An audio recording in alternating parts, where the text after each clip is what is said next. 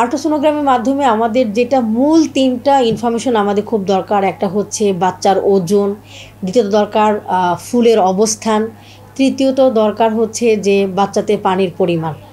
ফুলের অবস্থান অনেক সময় নিচে হলে পরে সেটি মায়ের জন্য অনেক বেশি ঝুঁকিপূর্ণ। এই ইনফরমেশনগুলো যদি আমাদেরকে না দেয় তখন দেখা যায় মায়ের অতিরিক্ত রক্তপাত হয়ে যায় এবং এই রক্তপাতের কারণে মায়ের মৃত্যু পর্যন্ত হতে পারে। আসসালামু আলাইকুম, আমি ডাক্তার সৈয়দা রাফিজা সুলতানা, কনসালটেন্ট অবস এবং গাইনি। আজকে আপনাদের সাথে আমি যে বিষয়টি কথা বলবো সেটি হচ্ছে একজন মা গর্ভধারণ করার পরে অর্থাৎ প্রেগনেন্সিতে তিনি কতবার ডাক্তারের কাছে যাবেন।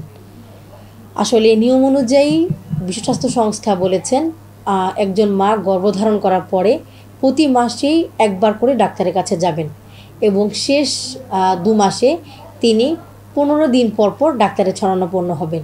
প্রতিবারই ডাক্তারের কাছে গেলে আমাদের যে আশঙ্কাটা থাকে যে ডাক্তার অনেকগুলো পরীক্ষা নিরীক্ষা করতে দিবেন অথবা অনেক আল্ট্রাসোনোগ্রাম করতে দিবেন, বিষয়টা আসলে সেরকম না।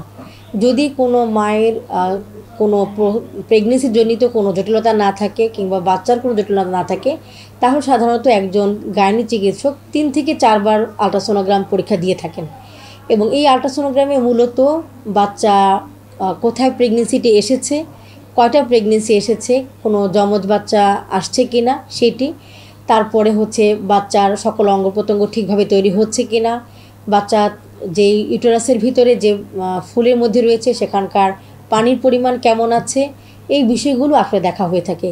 যে ফুলটি রয়েছে সেই ফুলটার অবস্থান কোথায়, এগুলো মূলত এখানে দেখা হয়ে থাকে।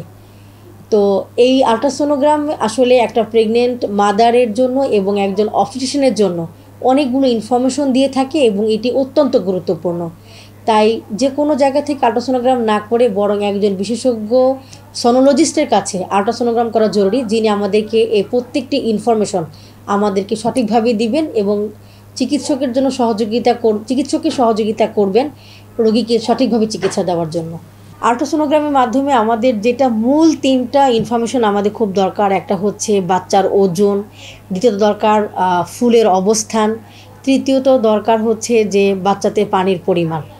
ফুলের অবস্থান অনেক সময় নিচে হলে পরে সেটি মায়ের জন্য অনেক বেশি ঝুঁকিপূর্ণ। এই ইনফরমেশনগুলো যদি আমাদেরকে না দেয় তখন দেখা যায় মায়ের অতিরিক্ত রক্তপাত হয়ে যায় এবং এই রক্তপাতের কারণে মায়ের মৃত্যু পর্যন্ত হতে পারে। বাচ্চার ওজন সম্পর্কে যদি আমাদেরকে আল্ট্রাসোনোগ্রামে সঠিক ইনফরমেশন না দেয় সেক্ষেত্রে দেখা যায় যে খুব ছোট বাচ্চা যদি হয় সেক্ষেত্রে বাচ্চাকে কাচের ঘরে ব্যবস্থা করা প্রয়োজন হতে পারে। আমার ডেলিভারির সময় একজন শিশু বিশেষজ্ঞ বা নবজাতক বিশেষজ্ঞ প্রয়োজন হতে পারে। সেগুলো ব্যবস্থা যদি না করা হয়ে থাকে তাহলে সেই বাচ্চাটাকে সুস্থভাবে টিকিয়ে রাখাটাও অনেক কঠিন হয়ে যেতে পারে। বাচ্চার কী পরিমাণ পানির ভিতরে আছে এটিও আমাদের জন্য গুরুত্বপূর্ণ, কারণ এই পানির পরিমাণের উপরে এই পানির সাথে বাচ্চার পুষ্টি নির্ভর করছে।